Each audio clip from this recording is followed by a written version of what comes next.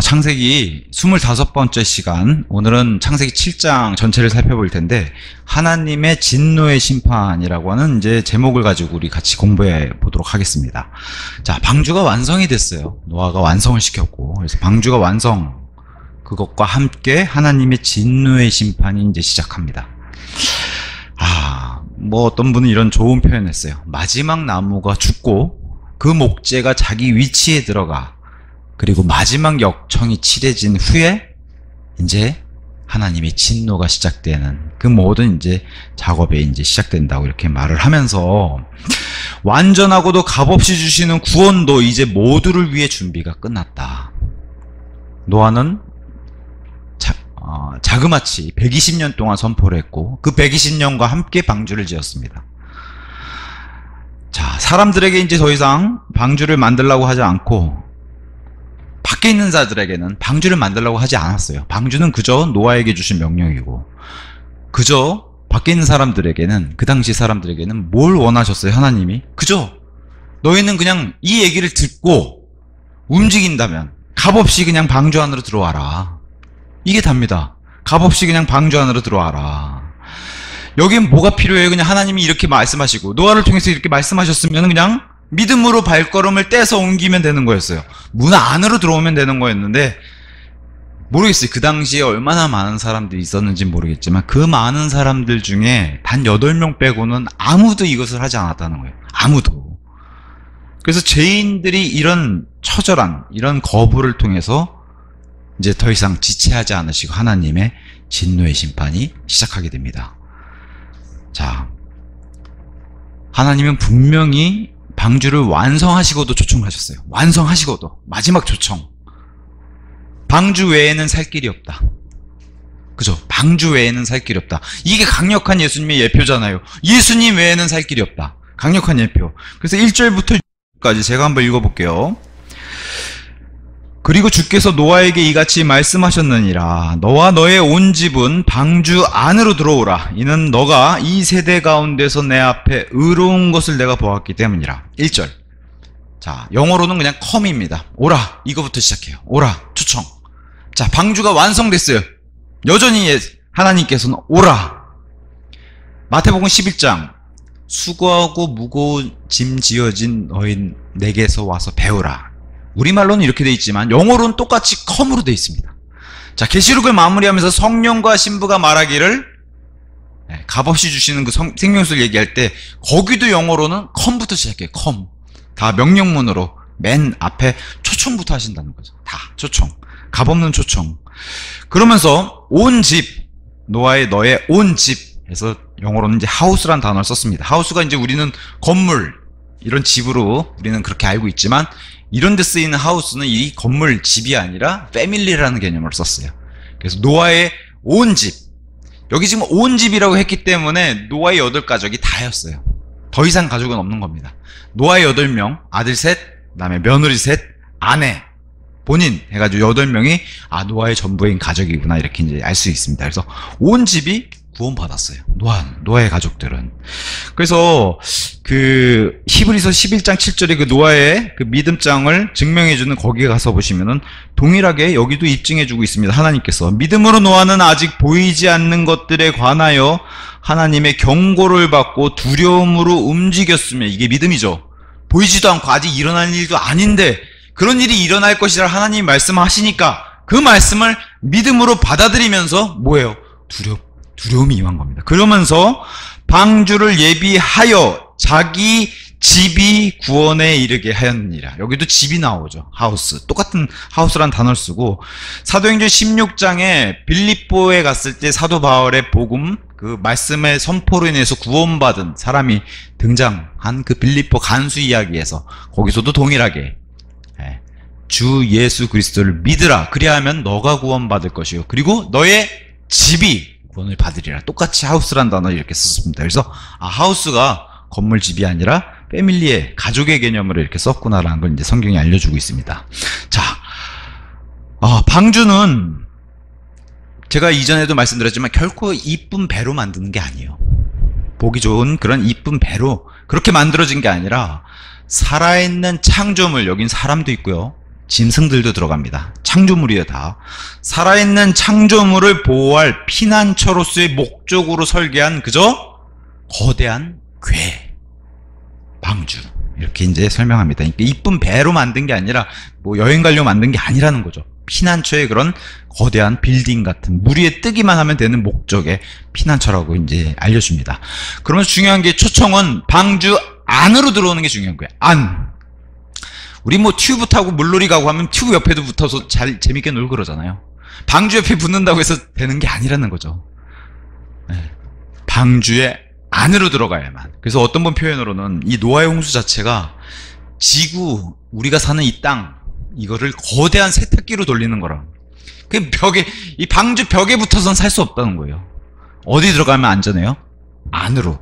그래서 노아와 그의 가족은 방주 안에 있었기 때문에 이게 안전하게 구원받았다는 거예요. 그래서 이런 표현도 있어요. 방주를 만들어서 홍수를 피할 수 있었던 게 아니라 방주 안에 있었기 때문에 멸망을 피할 수 있었던 것이다 라고 이제 얘기를 합니다. 그래서 오라 라고 하는 하나님의 초청을 그렇게 초청하셨으니까 방주 안에서 오라 하신 분이 어디 계시겠어요? 방주 안에 계신 거예요. 안에서 부르시는 거예요. 오라고, 들어오라고. 그죠? 밖에 계셨으면 들어가라 그러겠죠. 오라, 자신에게로. 그래서 늘 하나님은 자신에게로 오라, 오라 이렇게 하는. 그래서 묘하게도 그 마라나타 뭐라고 얘기해요? 옷이 없어서 그러잖아요. 그죠? 근데 분명히 예수님은 셋째 하늘에 계신데 우리 안에도 계시기 때문에 옷이 없어서 한단 말이에요. 옷이 없어서. 자, 오라고 초청하셨으니까 방주 안에 이미 계신 자신에게로 오라고 명령하신 겁니다. 그래서 구원은 그분과 함께 방주 안에 있는 게 이게 구원이라고 얘기해요. 그래서 이 방주 안에 들어간 가족들, 이 구원의 예표가 정확하게 신약 성경에서 어떻게 표현돼요? 예수, 그리스도 예수 안에. 이 방주의 예표가 이 실체가 예수님이시잖아요. 그래서 예수님 안에. 옆에 들어가는 거 아니에요? 옆에 쓰는 거 아니에요? 예수님 안에 들어가야 된다는 걸 성경이 정확하게 얘기해 줍니다. 그래서 몇 가지 구절들, 성경이 이 안에 들어가는 게 얼마나 중요한가. 이게 이제 성경의 우리 교리로서는 다시 태어난 그런 사람들에게 적용되는 그런 표현들이에요. 로마서 3장 24절 같은데 이렇게 얘기합니다. 그리스도 예수 안에 있는 구속을 통하여 그분의 은혜로 값없이 정당함을 입증받았느니라. 구속은 어디 있어요? 그리스도 예수 안에만 있는 거예요. 이런 표현으로 이제 쓰는 겁니다. 자, 8장 1절, 로마서 8장 1절도 이런 표현을 씁니다. 그러므로 이제 그리스도 예수 안에 있는 자들에게는, 안에, 방주 안에 탄 것처럼 정죄함이 전혀 없나니, 이러면 지옥 안 가잖아요. 정죄함이 전혀 없기 때문에 그들은 육신을 따라 살아가지 아니하고 다만 성령을 따라 살아가느니라. 그리스도 예수 안에 있는 자들에겐 이런 하나님이 은혜를 베풀어 주셨다. 39절도 마찬가지예요.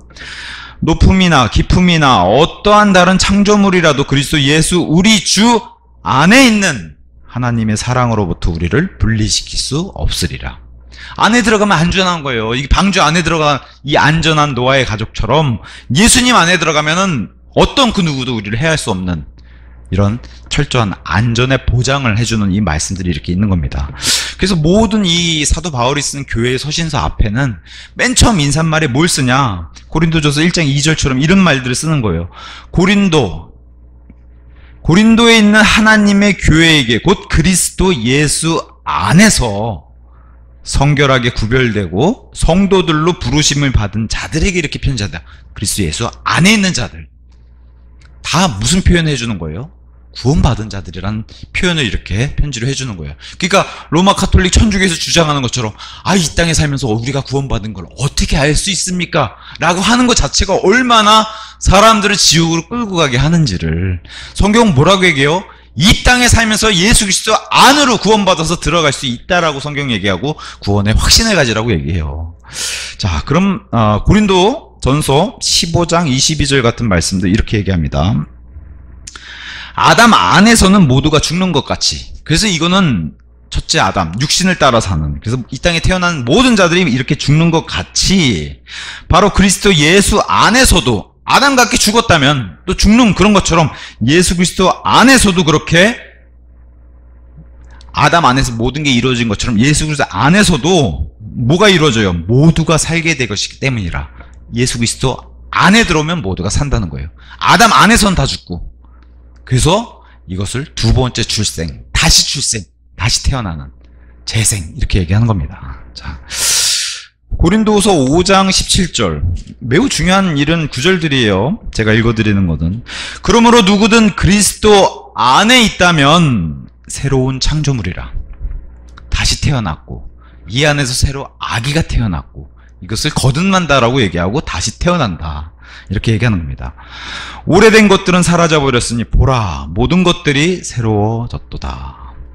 각 서신서 앞에도 인사말로 이렇게 했지만, 또 우리가 중요하게 여기는 또 휴거의 그런 말씀 안에서도 이런 말씀이 주어졌습니다. 데살로니가전서 4장 16절, 유명한 구절인데 이렇게 얘기해요. 이는 주께서 환호와 천사장의 음성과 하나님의 나팔 소리와 함께 하늘로부터 친히 내려오실 것이기 때문이라. 그리하면 어떤 자들이 올라가냐? 그리스도 안에서 죽은 자들, 그리스도 안에서 구원받아서 방주에 먼저 탄 사람, 근데 육체는 죽어서 무덤에 묻혔어요. 근데 어떻게 해요?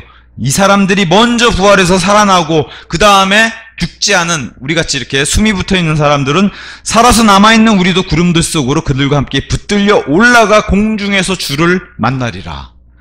이게 바로 휴거잖아요. 그래서 부활과 휴거. 근데 그리스도 안에 있는 자들만 가능한 겁니다.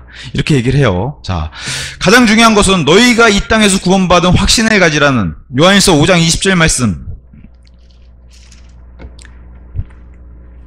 자, 또한 하나님의 아들이 오셔서 우리에게 명철을 주신 것을 우리가 아노니 우리로 하여금 참되신 분을 알게 하려 하시며, 우리가 참되신 분 안에 있다는 것, 이미 있다는 겁니다. 안에 있다는 것, 이게 구원받은 거예요. 안에 있다는 것, 곧 그분의 아들 예수 그리스도 안에 있다는 것을 알게 하려 하심이라. 그러니까 이거는 죽어봐야 아는 게 아니라는 거예요. 그래서 로마 카톨릭이 거대한 그 마귀의 걸작품이라고 얘기하는 거예요. 얼마나 사람들을 지옥에 끌고 가는지. 자, 그리스도 안에 있다는 것을 알게 하려 하심이라. 이분은 참 하나님이시요 영생이시라. 아멘이죠.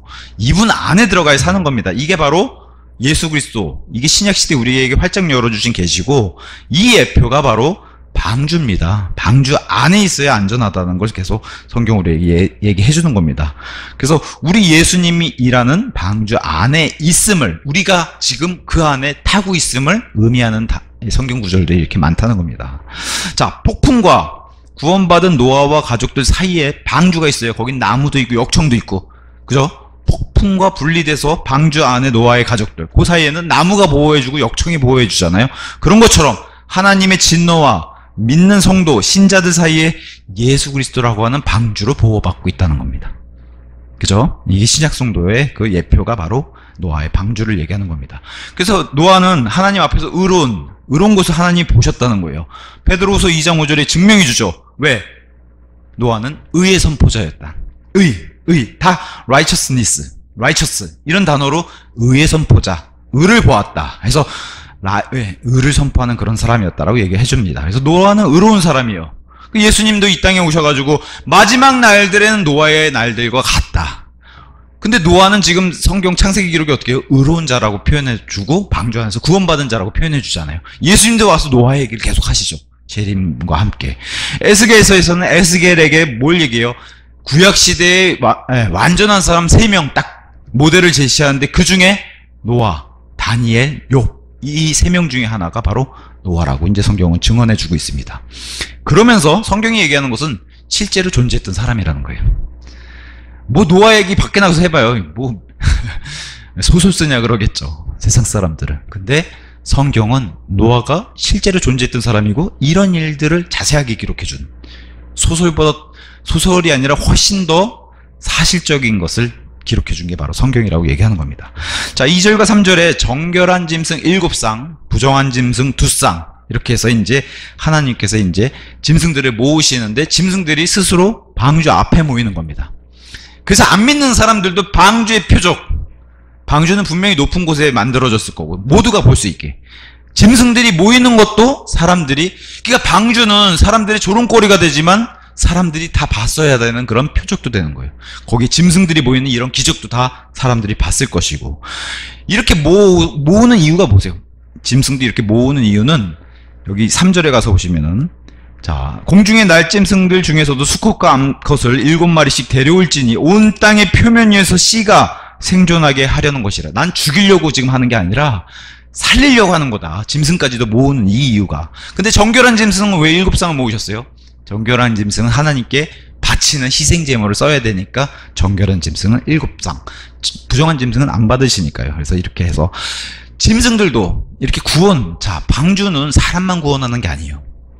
짐승들도 지금 구원하시는데, 로마서 8장에 이런 말씀이 재림에 동일하게 이렇게 우리에게 주셨죠. 왜냐면 지금도 밖에서 많이 창조물들, 짐승, 새, 이런 존재들이 다 신음하고 있다는 거예요.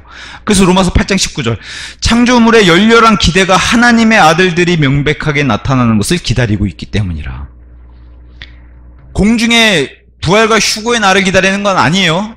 짐승들은 예수님의 지상재림을 기다리는 거예요. 그러니까 여기 하나님의 아들들, 저와 여러분이 올라간 뒤에 같이 지상재림하는 날을 같이 기록해주고 있는 거예요. 그래서 창조물 그 자체도 썩어짐의 속박에서 구해냄을 받아 하나님의 자녀들의 영광스러운 자유에 이를 것이기 때문이라. 먼저는 사람이 이렇고요. 짐승까지도 또 창조 세계 전체가 지금까지 고통으로 함께 신음하며 상고를 치르고 있음을 우리가 알기 때문이라. 짐승들도 다 지금 상고의 고통으로 신음하고 있다는 거예요. 그래서 이 땅에 사는 동물들, 짐승들도 다 고통받고 있다. 근데 이 모든 원인이 뭐예요? 죄 때문에. 죄 때문에. 자, 그 다음에 이제 4절에, 앞으로 7일 뒤에 40일 낮과 40일 밤 동안 내가 땅 위에 비가 오게 할 것이기 때문이라. 그리하여 나는 내가 만든 모든 생물을 저마다 땅의 표면에서 멸망시켜 없애겠노라. 그래서 7일. 자, 아담 이후에 계속해서 7일 주기로 돌아간다는 걸 여기서 얘기해줘요. 아담에게 분명히 7번째 날 쉬라고, 안식일 율법으로 지정해 준 건 아니지만 하나님이 쉬셨다고 하는 그 개념을 알려주셨어요, 아담에게. 그리고 그 일주일의 패턴이 계속 돌아간다는 걸 노아도 알고 이렇게 노아에게 명령해 주신 것처럼 일주일에 반복적인 주기가 있으면 이렇게 알려주시면서 40일 밤낮을 비를 내리시겠다는 거예요. 그래서 방주 안에 탄 노아와 그의 가족과 짐승들 외에는 다 멸망하시겠다. 이게 이제 좀 뭐랄까요, 약간 삐딱하게 하는 시선에서 보는 사람들에겐 잔인하게 느껴질지 몰라요. 우리가 아는 하나님은 굉장히 사랑의 하나님이고 자비가 많으시고 은혜가 많으셔야 되는데 이렇게 잔인할 정도로 봐주시지 않거든요. 여기에 들어간 짐승들과 사람들은 봐주시지 않거든요. 이것과 동일하게 연결선상으로 놓을 수 있는 게 뭐예요? 지옥이에요. 절대 꺼내주지 않으세요. 한번 들어가면. 자, 어르신들 잘 들으세요. 지옥에 들어가면 절대 꺼내주지 않으세요. 그러니까 들어가기 전에 하나님께 반응해서 절 좀 구원해 주세요 해야 되는 거예요. 들어가면 못 나오는 거예요. 홍수에 빠져서 살려달라고 비가 오기 시작해서 사람들이 방주를 두드려도 문은 열리지 않아요. 그러니까 방주의 문이 닫히기 전에 방주에 올라타셔야 되는 거예요. 이게 중요한 겁니다. 자, 그래서 40일 밤낮 동안 이제 비를 내리실 건데 이렇게 이제 예언을 미리 해주시고 5, 6절에 그리하여 노아가 주께서 자신에게 명령하신 모든 것대로 실행하였더라. 이후에 물들의 홍수가 땅 위에 있었을 때 노아는 600세였더라. 자, 하나님의 명령을 방주도 다 지었어요. 문도 이제 열어놓고 짐승들도 다 받았어요. 모든 명령을 다 실행해서 방주 안으로 오라고 하는 초청, 이게 가장 중요한데 노아 가족들은 만드는 것뿐만 아니라 그 초청에 당연히 응해가지고 자신들의 의지로 들어간 거예요. 뭐 떠밀려서 들어간 게 아니라는 거죠. 구원은 그렇게 해서 이루어질 수 없기 때문에, 뭐 칼빈이 주장한 것처럼, 장로교에서 주장한 것처럼 나는 들어가기 싫은데 하나님이 갑자기 뭐 발길질을 등에서 해가지고 뭐 문으로 들어가고 이런 건 없다는 거예요. 다 자기 발로 해서 들어가는 겁니다. 여기 노아의 600세 이렇게 이제 등장했잖아요. 그래서 이 600세 되던 해는 야펫은 100살이었고 셈은 97세 이렇게 이제 진행하게 됩니다. 나이가. 자, 방주 안으로 들어가게 돼요. 7절부터 10절에 그 내용들이 나오는데 7절부터 10절은 계속해서 반복하는 내용이 등장해요. 반복해요. 자, 7절부터 10절. 그리고 홍수의 물들로 인하여 노아가 들어갔으니 그의 아들들과 그의 아내와 그의 아들들의 아내들이 그와 더불어 방주 안으로 들어갔더라. 정결한 짐승들 중에서와 정결하지 않은 짐승들 중에서와 날짐승 중에서와 땅 위를 기어다니는 각각의 모든 것 중에서 수컷과 암컷해서 이렇게 둘씩 해가지고 나와 방주 안으로 들어갔으니 하나님께서 노아에게 명령하셨던 대로였더라. 반복해서 하죠. 10절에 그리고 나서 7일 뒤에 이러한 일이 있었으니 홍수의 물들이 땅 위에 임하였더라. 반복해서 계속 노아는 들어가고서 홍수가 시작했다. 이걸 강조해요. 들어가고서 홍수가 시작했다. 들어가고서 홍수가 시작했다. 이걸 계속 반복하는 겁니다. 자, 1절에서 6절에도 이 얘기가 그대로 진행됐고 여기서 다시 7절, 10절 반복해서 홍수는 방주 안에 들어간 뒤에 시작했다는 것을 반복 강조를 해줘요. 자, 뭐 어떤 분은 이렇게도 해석해요. 방주에 탔더니 일주일 동안 방주 안에서 대기했다는 거예요. 일주일 동안 타서 방주 안에서 비도 안 오는데 방주 안에서 대기하고 있었기 때문에 사람들의 더 큰 조롱을 받았다. 근데 이제 좀 이따 나오는 11절부터 등장하는 진행하는 게 그렇게 얘기하지는 않아요. 방주에 올라타기 시작하면서 비가 내리기 시작하거든요. 7일. 근데 여기서 말한 하나님의 7일은 경고죠. 그게 마지막 잡이었어요. 자, 방주가 완성됐고 짐승들도 다 타고 있고 그러니까 다시 일주일을 선포해라. 그럼 세상 사람들에게 뭘 다시 선포하겠어요? 노아는 더 조급하게 이제 7일 남았습니다. 6일 남았습니다. 5일 남았습니다. 사람들의 조롱과 그런 멸시를 받으면서도 계속해서 조급한 시간이 얼마 남지 않았다. 근데 우리 시대도 이게 마찬가지거든요. 오늘 가고 내일 가고 하면은 점점점 시간이 줄어들어서 방주가 닫히는 그 시간. 그래서 11시 59분 계속 그런 얘기를 하잖아요. 12시 되면 끝나는 예수님 오시는. 이거를 계속해서 얘기하는데 방주에 타고 있었던 게 아니라 그 시간을 이제 하나님이 정확하게 알려주세요. 마지막 자비. 이거랑 닮아 있는 게 있죠. 교회 시대에 구원받지 못해서 놓쳤어요. 구원은. 근데 아직 기회가 끝난 건 아니에요. 왜? 대환란에도 구원의 기회가 여전히 힘든 시기이긴 하지만 여전히 믿음을 가지고 구원을 받을 수 있는 시기가 있다는 거예요. 마지막 7년. 마지막 잡이에요. 근데 그 7년이 지나가면 없어요. 그죠? 없어요. 여기도 7일이 지나면 없어요. 더 이상 기회가. 자, 그래서 마지막 경고의 말씀 줬는데 여기서 뭐라고 얘기해요? 그래도 탄 사람이 없었다라고 얘기해요. 마지막 7일을 주는 이유는 뭘까요? 너희가 돌이켜서 회개해서 회개에 이르도록 하려고. 근데 죄인들은 역시 거부하고 그랬더니 문은 닫혀버렸어요. 그래서 로마서 2장 4절에서 6절 정말 이 방주의 얘기와 딱 들어맞게 이런 말씀을 주셨습니다. 2장 하나님 말씀 경고를 무시한 사람들에게 2장 4절에서 6절 제가 읽어볼게요. 자, 하나님의 선하심이 너를 회개로 이끄는 것을 모른 채 너가 그분의 선하심과 관용과 오래 참으심의 부유함을 멸시하는 것이냐. 방주 밖에서 이렇게 멸시했거든요. 하나님은 오래 참고 선하게 대하여 주시고 이걸 멸시했어요. 자, 5절 오직 너의 완고함과 회개하지 아니하는 마음을 따라 진노의 날이요 하나님의 의로운 심판이 드러나는 날을 대비하여 너 자신에게 진노를 쌓아 올리는도다. 그죠? 방주 진행과 동일하게 진행되죠, 이게. 자, 그분께서 모든 사람에게 각인의 행실들에 따라 되갚아 주시리라. 방주에서도 이 일이 하나님이 진노가 임해서 심판이 임했고 재림에도 동일하게 이 진노의 심판이 임한다는 거예요. 그래서 하나님의 진노의 심판의 첫 번째가 노아의 홍수고 그 다음에 이제 불심판을 하시겠다는 겁니다. 자, 노아는 근데 참 의로운 사람이란 이 타이틀을 얻었는데 노아는 세상을 포기했어요. 오늘 오전에도 그랬죠. 세상은 어떻게든 남들을 밟아서 올라가고 내가 더 취해야 되고 더 가져야 되고 권력도 가져야 되고 재물도 더 취하려고 그러는데 노아는 그런 것들 다 포기했어요. 세상을 포기하고 누굴 택해요? 하나님을 택했어요. 노아는 그렇게 했습니다. 그랬더니 자기 혼을 얻었다. 그래서 노아는 8혼을 얻었다라고 얘기해요. 방주 안에 8혼. 그죠? 근데 예수님 오셔서 참 묘한 말씀하시죠? 사람이 온 세상을 얻고도 자기 혼을 잃는다면 노아는 그 세상을 포기하고 혼을 얻었는데 세상을 얻고 혼을 잃는다면 무슨 소용이 있겠냐. 그죠? 노아는 그렇게 해서 자기 혼을 얻은 그런 사람입니다. 자, 베드로전서 3장 20절에 이제 이 얘기를 성경이 이제 증명해 주죠. 3장 20절. 자, 방주가 예비되던 동안 하나님께서 노아의 날들의 오래 참으심으로 한 번 기다려 주셨을 때라. 그 방주 안에서 소수인 8명의 혼들이 물을 통하여 구원받았느니라. 물을 통하여 구원받았느니라. 자, 노아와 그의 가족들, 또 다른 특징 하나가 있습니다. 카인의 후손들 가운데 라멕이 저질렀던 하나님의 질서를 역행했던 안 좋은 행동이 하나 있었죠. 그게 뭐예요? 아내를 2명 얻기 시작했던 거. 근데 노아의 가족들은 하나님의 정확한 일부일처제, 그분의 질서에 따라서 남편과 아내 일부일처제를 다 지키고 있죠.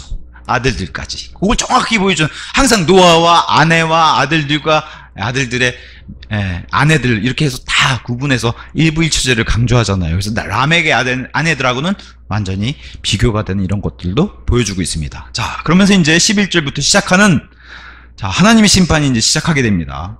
노아의 생애가 600번째 해가 되던 둘째 달, 그 달 17일, 바로 그날에 거대한 기품의 모든 샘들이 터져 나왔으며 하늘의 창문들이 열렸더라.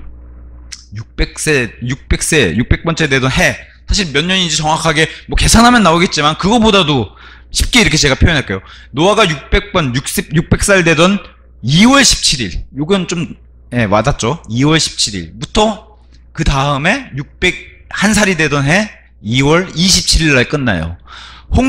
이 홍수의 기간은 총 370일입니다. 370일 동안 그 안에서 심판이 대상이 되는 이 세대에게 경고의 말씀을 이미 주셨어요. 예언하셨어요. 이런 일이 있을 거라고.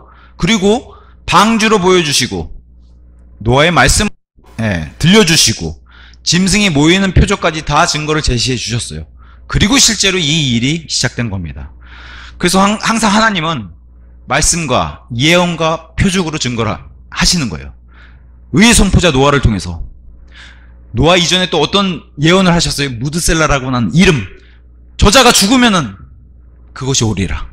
무드셀라 이름을 통해서도 예언해 주셨고, 짐승들이 방주로 모이는 표적을 통해서. 그래서 우리가 세상에서 지금 큰 지진이 나기 전에 전조현상으로 막 이상한 일들이 보이잖아요. 막 물고기가 때려 죽는다던가, 막 개구리가 막 엄청난 수의 개구리가 막 모인다든가, 이런 전조현상들이 있잖아요. 지진 전에.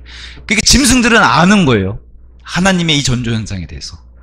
그래서 이 방주로 모이는 이런 짐승들의 현상을 통해서 하나님 보여주시잖아요. 큰 일이 터질 거라는 것을. 자, 방주는 또다시 이 하나님의 심판은 뭘 보여주시냐? 오래 참으시지만 끝까지 참지는 않으신다는 걸 보여주세요. 당신은 사랑받기 위해 태어난 사람 아니라는 거예요. 하나님은 사랑이신데 아니라는 거예요. 무조건적인 사랑의 하나님은 없다는 거예요. 성경에서. 끝까지 참지 않으신다. 기회를 주시고 오래 참으시긴 하시는데 끝까지 참진 않으시고, 그리고 하나님의 인내가 끝나면 정말 심판은 무섭다는 걸 보여주는 거예요. 정말 심판은 무섭다. 자, 노아가 600살 되던 그 2월 17일, 제가 표현상 이렇게 좀 쉬운 표현을 하겠습니다. 2월 17일 그날부터 601살 되는 2월 27일까지 8장 14절에 나오는 370일간의 심판의 여정이 이제 시작하게 됩니다. 그래서 이것을 370일 안에 모두 더해서 나오는 숫자가 아닙니다. 370일 안에 이런 숫자들을 기록해 놨어요. 7장 4절에 7일, 하나님 먼저 7일 뒤에 이런 일이 있을 거라고 경고를 주시죠. 7장 10절에도 7일 다시 경고를 반복해서 주세요. 7장 12절에 지금 좀 이따 볼 12절에 이제 하나님께서 40일 동안 부으신다. 그 다음에 150일, 7장 24절에 가서 보시면 물이 차 있는 시간이 150일. 그 150일 안에 40일이 있는 겁니다. 그 다음에 물이 빠지는 시간 8장 3절에 150일. 그 다음에 또 40일 동안 또 기다리는 시간 8장 6절. 그 다음에 8장 10절에 7일 기다리고 8장 12절에 7일 기다리고 해서 370일 안에 중복되는 숫자들이에요. 근데 뭘 7일, 7일, 40, 150, 150, 40, 7일, 7일 이렇게 해서 맞춰놨어요. 하나님께서 딱 이렇게 날개, 데칼코마니처럼 딱 이렇게 맞춰놓으셨습니다. 자, 그 다음에 이제 거대한 기품, Great Deep이라고 하는 거대한 기품의 모든 샘들. 뭐 어떤 사람은 이 지하수로 이걸 표현해놨는데, 지하수의 모든 물이 터져도 이 지구를 채울 수는 없어요. 이 거대한 기품이라는 것은 사실은 뭐 기품의 표현이 우리가 살고 있는 땅에 바다도 기품이란 표현할 때가 있고, 땅 밑에 지옥도 기품이란 표현을 하고 있는데, 이 기품의 실체는 저 우주의 깜깜한 그 기품, 아니면 영원히 하나님과 분리되는 브레우스의 그 기품을 얘기하는 그 예표들이 바다와 지옥이지, 진짜 기품은 거기 있는 거예요. 그래서 기품의 샘들이 터졌다는 것은 저 외계에서 지금 물이 나왔다는 거예요. 외계에서. 그 표현으로 지금 하늘의 창문까지 표현했는데 외계에서 물이 나왔다는 거예요. 지구에 나온 물이 아니라는 거예요. 외계에서 나온 물. 그래서 우주를 덮은 물들과 연관이 있다는 거예요. 이것은 창세기 1장 1절과 1장 2절에 우주를 덮은 물. 그러니까 지구를 덮을 정도면 이거는 사실 하나님 편에서는 어려운 일이 아니죠. 그래서 창세기 1장 2절에 땅이 하나님께서 하늘과 땅을 태초에 창조하셨는데 그 뒤에 어쩐 일인지 온 우주가 물로 덮여 있는, 땅도 다 물로 덮여 있는, 그래서 그 물들 위에 표면을 걸으시는 성령님이 등장하시고, 그다음에 이제 욥기서 38장 30절에 이런 말씀이 있습니다. 38장 30절에 물들은 돌로 숨긴 듯 숨겨졌고 깊음의 표면은 얼어있느니라. 이것을 성경은 뭐라고 얘기하냐면 하나님 셋째 하늘 발 아래 거대한 우주를 덮었던 물을 하나님이 궁창으로 이렇게 나누시면서 거대하게 얼려놓으신 거대한 얼음층이 있다는 거예요. 그걸 지금 깊음의 표면에 얼어있는. 그래서 계시록 가서 보시면 하나님 발밑에 수정 같은 유리바다, 수정 같은 유리바다 이렇게 이제 표현하는 겁니다. 얼어있는 유리바다. 그래서 깊음은 아까도 제가 얘기했지만 이런 깊음의 예표로 지옥과 바다를 표현하는데 진짜 실체는 어디예요? 영원히 분리되는 깊음. 그래서 나중에 새하늘과 새 땅이 오면은 계시록에 참 묘한 바다가 다 사라지는 얘기가 나와요. 바다가 다 사라지는. 그렇게 사라지고 나서 셋째 하늘은 더 이상 존재할 필요가 없으니까 하나님께서 새 예루살렘과 함께 내려오시잖아요. 그럼 원래 셋째 하늘에 있던 공간에는 하나님이 이제 불의 호수라고 분리되는 아예 그냥 지우고 거기까지 넣어놓으시는 어둠의 깊음의 그런 공간이 존재한다고 얘기하고, 그 공간 외에는 하나님이 빛을 주시잖아요, 다. 그래서 태양이나 이런 것들이 비출 필요가 없는, 하나님 자체가 영광의 빛이 되니까. 그래서 지금 어떤 학자는 그렇게 얘기해요. 셋째 하늘에 지금도 하나님께서 영광의 광채를 뿜고 계신데 그것을, 그 빛을 차단하는 게 바로 이 거대한 물층, 얼어있는 유리바다고, 그래서 우주는 깜깜한 거라 이렇게 얘기해요. 왜? 우리 거울 같은 거 보면은 이게 지금 유리바다가 지금 글래스로 돼 있어요. 거울 같은 거 보면 반대쪽으로 빛이 못 나가잖아요. 반사가 되잖아요.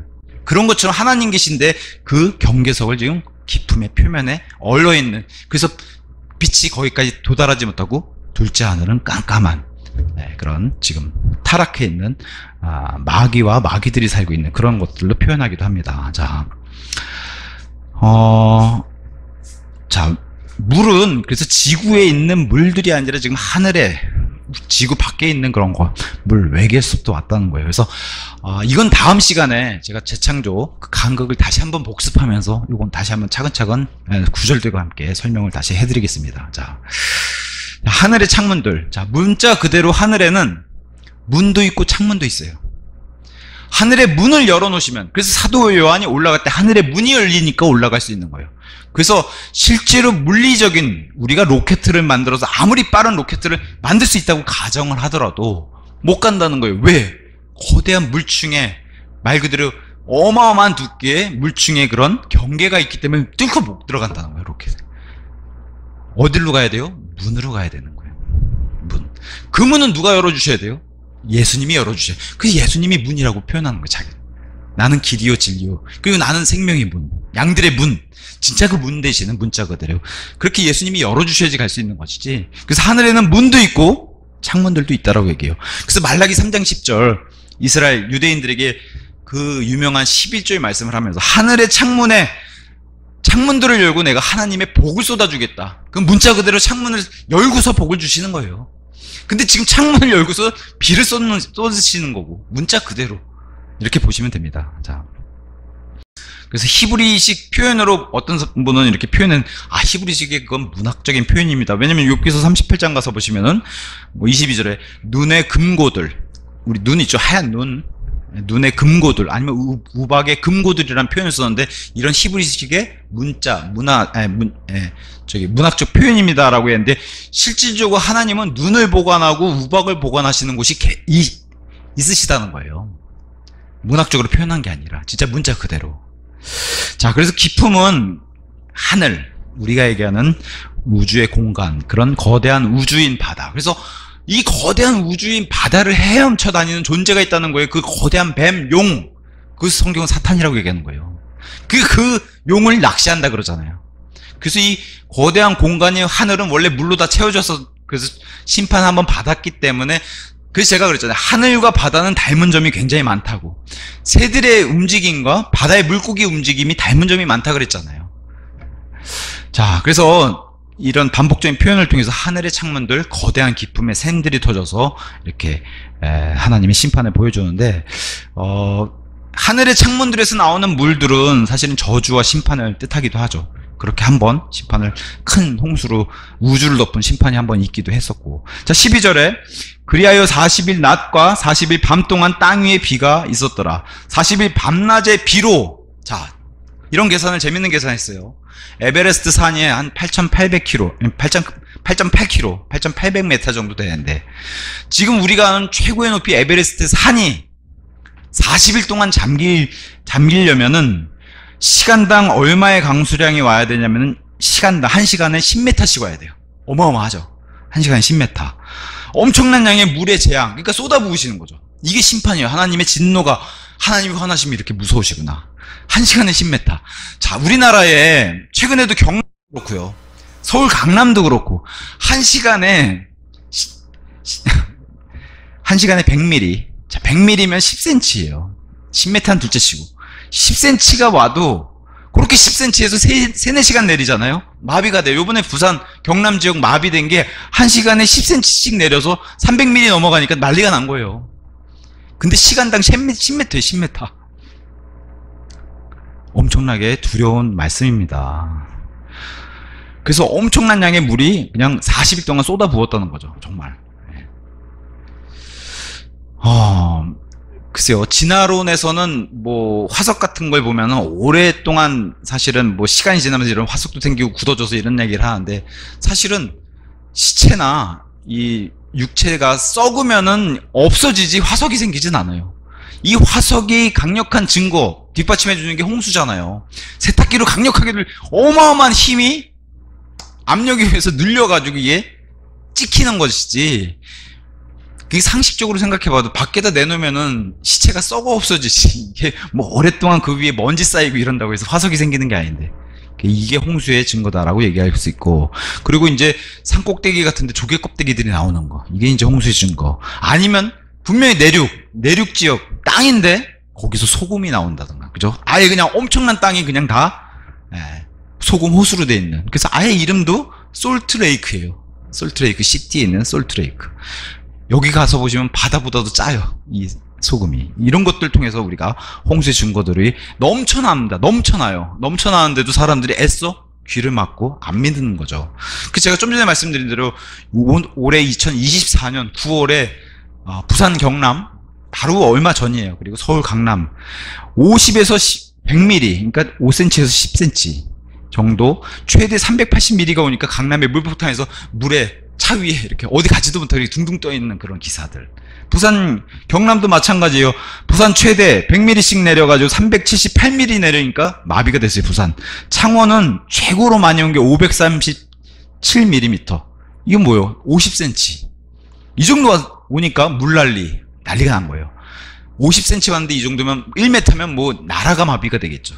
근데 10m, 그것도 시간당. 그렇게 해서 40일. 지금 여기에 하루에 몇 시간 내린 것 때문에 이렇게 마비가 되는데 40일 동안 이렇게 내렸다는 겁니다.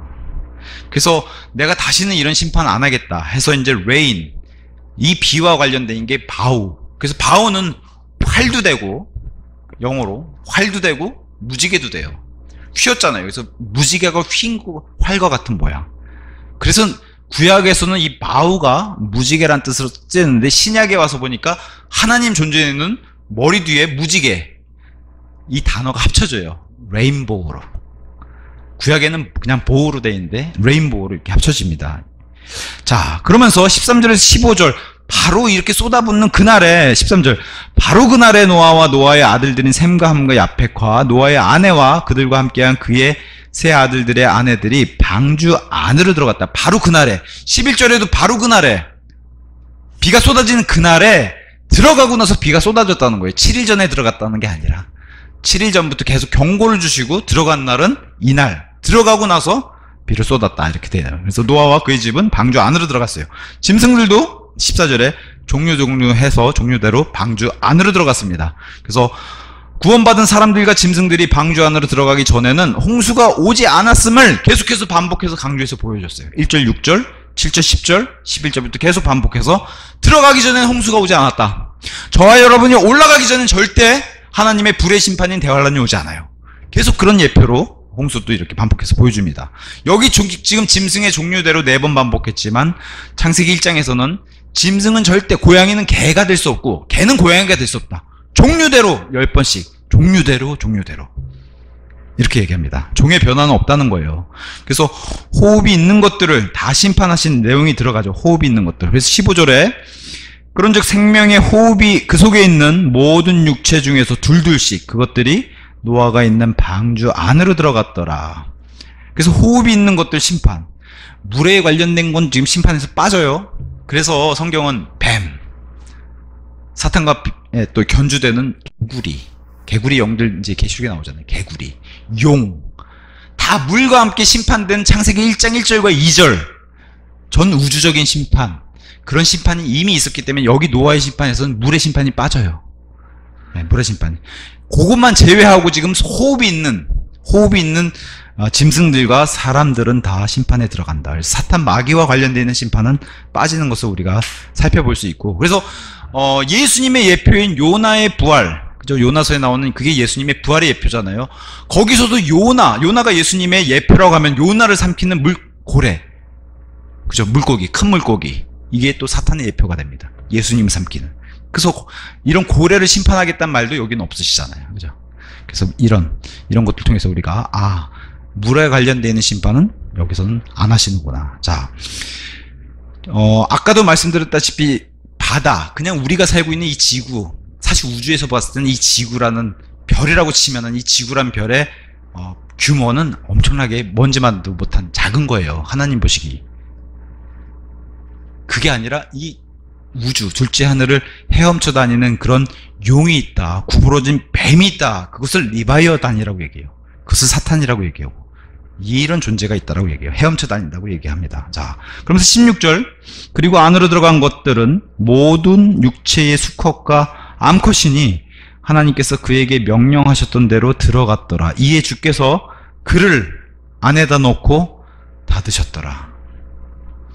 노아가 마지막으로 들어가고서 그를 안에다 놓고 닫으셨더라. 자, 아까도 제가 말씀드렸다시피 하나님이 뒤에서 등 떠밀어서 들어간 게 아니라 자신들의 발로 들어간 거예요. 짐승들도 마찬가지. 자신들의 발로 들어가고 하나님이 닫으셨다. 그래서 이후에는 방주가 안전하죠. 이게 우리에게는 구원의 영원한 안전, 그 보장이 됩니다. 그래서 이 방주를 생각했을 때 이런 말씀들을 한번 다시 보면은 훨씬 더 와닿겠죠. 요한복음 10장 9절. 나는 그 문이라. 하늘의 셋째 하늘의 문도 그렇고요. 예수님이 이 문이라고 설명하시잖아요. 나는 그 문이라. 누구든 나를 통하여 들어간다면, 예수님이 지금 방주라고 얘기해 보세요. 나를 통하여 들어간다면 그는 구원을 받을 것이요 들어가고 나오며 초원을 발견하리라. 나를 통해서 들어가는 거, 방주로 초청한 그런 존재도 바로 예수님이라는 거예요. 구약에서. 자, 이렇게 얘기하고 28절 29절. 그리고 나는 그들에게 영생을 주노라. 그런즉 그들은 결코 멸망하지 아니할 것이요 아무도 나의 손에서 그들을 빼앗아내지 못할 것이라. 방주에서도요. 그들을 나에게 주신 나의 아버지께서는 모든 것보다 더 위대하시니라. 그런즉 아무도 나의 아버지 손에서, 또 방주에서 그들을 빼앗아내지 못하리라. 방주 안에 들어가면 안전한 겁니다. 그래서 히브리서 13장 5절에서도 이렇게 얘기합니다. 자, 너희의 생활 방식에 탐욕이 없게 하라. 그리고 너희가 가지고 있는 것만큼 그것들로 자족하라. 이는 그분께서 말씀하시기를 내가 결코 너를 떠나지도 아니하겠고, 방주라고 생각하시면 방주에서 떠나지도 아니하겠고 너를 방주에서 버리지도 아니하겠노라 하셨기 때문이라. 그죠? 방주 안에 들어가면은 쫓아내시는 일도 없고 떠나시는 일도 없다. 그래서 영원한 안전보장의 예표가 되는 건 방주 안에 들어가면 물로부터도 다 보호해주시고. 자, 인간은 자기 스스로 자기를 구원할 수 없어요. 죄의 심판에서 스스로 보호할 수 없어요. 하나님이 해주셔야만 가능하다. 자, 인간은 하나님을 끝까지 충성을 다하는데, 그런데 있지 않고 하나님의 약속을 신뢰하고 자신의 집과 안식을 취하는 데 있다. 방주 안에 들어가면 안전하고 신뢰하고 그 안에서 쉼을 얻을 수 있다는 거예요. 내가 하나님을 충성을 다해서, 아니면 방주를 열심히 만들었기 때문에 이런 거에서 기대는 게 아니라 방주 안에 들어가. 그러니까 유월절 어린 양 생각해 보시면 돼요. 방주랑 동일하게 유월절 어린 양의 피를 뿌리면은 이거 가지고 정말 이 파멸하는 그 천사가, 멸망의 천사가 지나갈까 안 지나갈까, 두려울까 안 두려울까. 방주 안에서는요, 신뢰하면 되는 거예요. 신뢰해야지 안식을 누리지. 이거 뿌려놓고 두려워하면 어떻게 돼요? 방주 안에서 동일하다는 거예요. 방주 안에 들어가가지고 야, 물 새면 어떡하지? 그죠? 예수님이 나를 쫓아내면 어떡하지? 구원이 취소되면 어떡하지? 아니라는 거죠. 방주 안에 안전한 보장. 피를 뿌리면은 멸망의 천사가 지나가고 다른 데 곡소리가 들리는 거고, 다 신뢰를 통해서 안식을 누릴 수 있는 것이지, 내 믿음이 흔들리면 두려운 거예요. 이런 데서 구원의 확신이 없어지고 이러면 안 된다는 거예요. 자, 물 위로 이제 방주가 들렸습니다. 17절에서 24절. 그래서 17절, 18절. 이후에 40일간 홍수가 땅 위에 있었으니 물들이 불어나 방주를 띄워 그것이 땅 위로 들렸더라. 띄워서 위로 들렸더라. 자, 물들이 팽배해서 땅 위에, 방주는 물들의 표면 위로 이렇게 올라가는 겁니다. 그래서 위로 들려지는 게 또 있죠. 방주처럼 광야에서 모세가 노수로 만든 배물을 들어 올렸어요. 그것을 쳐다보면 다 낫는다 그랬는데 이것만큼의 믿음도 없었어요, 사람들이. 그러니까 어떻게 해요? 광야에서 불뱀들이 나와서 물려서 육체 사망이 일어나는 그런 일들이, 엄청난 사건이 일어났죠. 보기만 해도 낫는다 그랬는데 그것도 안 보는, 그 정도의 믿음도 없었다고 하는 광야의 백성들을 보여주면서, 그래서 요한복음 3장에 이렇게 들리는 것에 있어서 예수님이 이런 말씀 주셨습니다. 3장 14절 15절.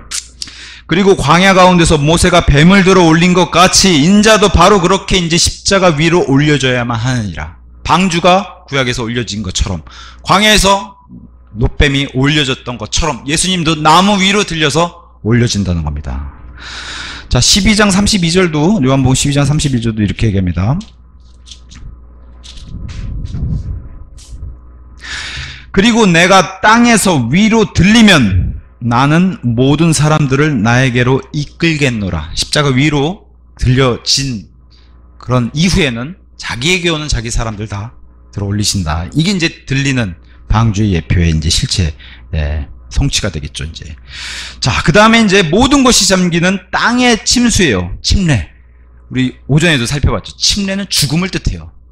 방주 밑으로는 다 침수됐어요. 다 잠겼어요. 죽음. 그죠? 짐승들. 숨쉬는 짐승들, 사람들 다 잠겼어요. 그게 침례입니다.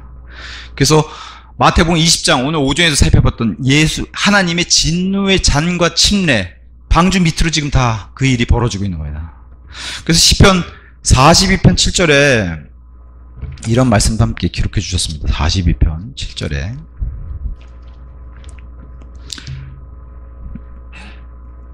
자, 당신의 용오름들로 인한 떠들썩한 소리의 기품을 부르나이다. 당신의 모든 파도들과 당신의 물기둥들이 제 위로 넘어갔나이다. 예수님이 당하셨을 때, 이런 침례를 당하셨을 때 하나님의 진노의 심판을 당하신 거예요. 십자가에서. 마치 방주 아래 모든 그 물로 심판받을 때 그런 상황도 예수님이 동일하게 당하시고, 불의 심판도 다 십자가에서 당하셨다는 겁니다. 그래서 우매한 자들, 이런 하나님의 경고를 무시한 우매한 자들에 대한 기록이 바로 잠언서 1장부터 등장하는데, 1장에 이제 이런 말씀이 있습니다. 1장 22절 잠언, 너희 우매한 자들아. 자, 방주 바깥에서 조롱한 자들 생각해 보세요. 너희가 얼마나 오랫동안 우매함을 사랑하겠느냐. 그리고 경멸하는 자들은 얼마나 오랫동안 자신들의 경멸함을 크게 즐거워하겠느냐. 또 어리석은 자들은 얼마나 오랫동안 지식을 증오하겠느냐. 나의 책망을 듣고 너희는 돌이키라. 보라, 내가 나의 영을 너희에게 쏟아붓겠으며 내가 나의 말들을 너희에게 알려주겠노라. 이렇게 해서 하나님을 멸시하는 24절, 이는 내가 계속 너희를 불러왔으나 너희가 거부하였기 때문이라. 내가 나의 손을 뻗었는데도 유념하는 사람이 아무도 없었도다. 오히려 너희는 나의 모든 조언을 무가치하게 여겼고 나의 책망을 전혀 원하지 아니하였으니 나 역시 너희의 재난의 때에 비웃겠노라. 하나님이 진노를 퍼부으시면 이제 이런 자들, 조롱했던 자들을 비웃으신다는 거예요. 너희의 두려움이 이를 때 내가 조롱하겠노라. 그때는 역으로 하나님이 조롱하신다는 거예요. 자, 그러면서 30절에 이렇게 하죠. 자, 29절. 이는 그들이 지식을 증오하였고 주를 두려워하는 것을 선택하지 아니하였기 때문이라. 그들은 나의 조언을 전혀 원하지 아니하였도다. 그들은 나의 모든 책망을 멸시하였도다. 이게 바로 방주 밖에 우매한 자들, 그리고 예수님을 거부하는 예수님 밖에 우매한 자들, 이렇게 이제 표현하고 있습니다. 자, 어떤 사람은 얘기하죠. 홍수 심판이 없었다면 우리가 살고 있는 21세기 현재 인구가 8천억 명이 돼 있어야 된다고, 이게 정상이라는 거예요. 홍수가 없었다면. 홍수 이후에 복리로 계산했을 때 지금 80억 명이 돼 있는 거예요. 홍수가 없었다면 8천억 명이 돼 있어야 된다는 거예요. 그러면은 이 정도 인구, 그러면은 천년왕국 때는 사실은 재난, 전쟁 이런 게 없잖아요. 기근, 고아. 얼마나 이 1000년 동안의 인구가 폭발적으로 늘어날지, 얼마나 많은 사람들이 늘어날지, 이것을 역으로 보여주면서 모든 높은 언덕과 높은 산들, 19절 20절에 위로 15큐빗, 7, 8m 위의 높이까지 해서 다 잠궜다는 거예요. 땅이 안 보일 정도로. 이런 높이의 물들을 하나님이 보여주시면서 심판이 점점 강하다는 것을 하나님이 보여주세요. 세게 몰아쳤다는 거예요. 처음에 비가 내렸다, 비가 내릴 것이다 이렇게 예언해주고 4절에 홍수의 물들이 있을 것이다 7절, 거대한 기품의 모든 샘들이 터져나올 것이다 11절, 물들이 불어날 것이다 17절, 물들이 팽배할 것이다 18절, 엄청나게 불어나갈 것이다 18절, 지극히 팽배하였다 19절. 점점 해서 높이와 확대, 팽창과 이런 것들 다 보여주시면서 히브리서 11장 7절 말씀처럼 노아는 하나님의 그런 것을 보지 않았음에도 불구하고 경고의 말씀을 듣고 두려움으로 방주를 예비하고 자기 집을 구원했다라고 이렇게 기록해 주는 겁니다. 자, 그러면서 이제 21절에서 23절, 호흡이 있는 모든 육체들의 완벽한 멸망을 얘기해요. 그러니까 물속에 잠기는 침례는 당연히 죽음을 의미하죠. 침례는 죽음을 먼저 의미합니다. 그래서 물로 침례받는 거, 참 묘하게도 이렇게 돼 있어요. 물로 사람들이 죽었는데 물로 구원받은 사람도 있다는 거예요. 물이라는 중간에 이 물을 두고서 아래로는 죽음, 위로 들리면 살게 된다. 그게 히브리서 7장에도 동일하게 노아의 얘기를 하면서 동일하게 이렇게 돼 있습니다. 이거는 베드로전서에 있겠네요. 베드로전서.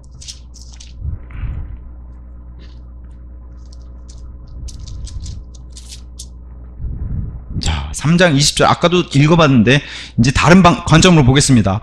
자, 방주가 예비되던 동안 하나님께서 노아의 날들에 오래 참으심으로 한번 기다려주셨을 때라. 그 방주 안에서 소수인 8명의 혼들이 물을 통하여 구원받았느니라. 그죠? 물 아래서 멸망받은 사람들이 있고 물 위로 들려서 물을 통해서 구원받은 사람들이 있어. 이렇게 이제 얘기하는 겁니다. 자, 마지막 23절에서 24절 이렇게 해서 마무리합니다. 23절. 그리고 지표면 위에 있는 각각의 모든 생물은 사람도 가축들도 기어다니는 것들도 하늘의 날짐승들 모두 멸망하였더라. 그런즉 그것들이 땅에서 멸망하였더라. 그런데 오직 노아와 그와 함께 방주 안에 있던 자들은 살아남았더라. 그래서 이게 단순히 비만 오지 않았을 거고, 우리가 다 알다시피 비가 오게 되면 천둥 번개와 엄청난 이런 해일이 일고 폭풍이 일고 물이 솟구쳐 오르고 뭐 어마어마한 그런 홍수를 얘기하는 겁니다. 이게 단순히 그냥 주룩주룩 그냥 바람 안 부는 비가 그냥 추룩추룩 내려서 이렇게 뭐 빈대떡 구워 먹는 그런 생각나는 비가 아니라는 거예요. 이건 우주에서 내리는, 우리 양동이를 물 끼얹어 봐요. 사람 얼굴에다가. 그죠? 그래도 충격이 있는데 땅에다 그렇게 부으셨다는 거예요. 그래서 그런 폭우, 천둥 번개 이렇게 내리는 40일 포함해서 150일 동안 지구를, 땅을 다 물로 채우시고, 근데 그 물로 채우신 중에도 구원해 주신, 그 안전하게 지켜주신 것으로 인해서 방주 안에서 무슨 일이 일어났을까요? 하나님께 감사를 드렸겠죠. 그겁니다. 하나님 안에서 감사를 드리셔야, 감사를 드리는 게 너무 당연한 거죠. 노아는. 저와 여러분도 마찬가지. 예수님 안에 들어가 있기 때문에 지금 우리가 사는 이 삶 어렵기도 하지만 그래도 감사를 드릴 수 있는 이유가 뭐예요? 예수 그리스도라고 하는 그 거대한 방주 안에 다 있기 때문에 우리가 감사를 드리고 찬양을 드리고 기도를 드리고 영광을 돌리고 경배를 드리는 거 아닙니까? 자, 마지막으로 노아를 통해서 물을 통해서 멸망받은 사람도 있고 물 위로 들리면은 물을 통해서 구원받은 사람도 있었다. 그래서 7장 마지막 구절 방주 안에 있던 자들은 살아남은 겁니다. 물 위로 들려서 150일 동안 물이 온 땅을 잠궜는데 그 위에 8명이 물을 통해서 구원받았다. 오늘은 여기까지 하고 마치도록 하겠습니다.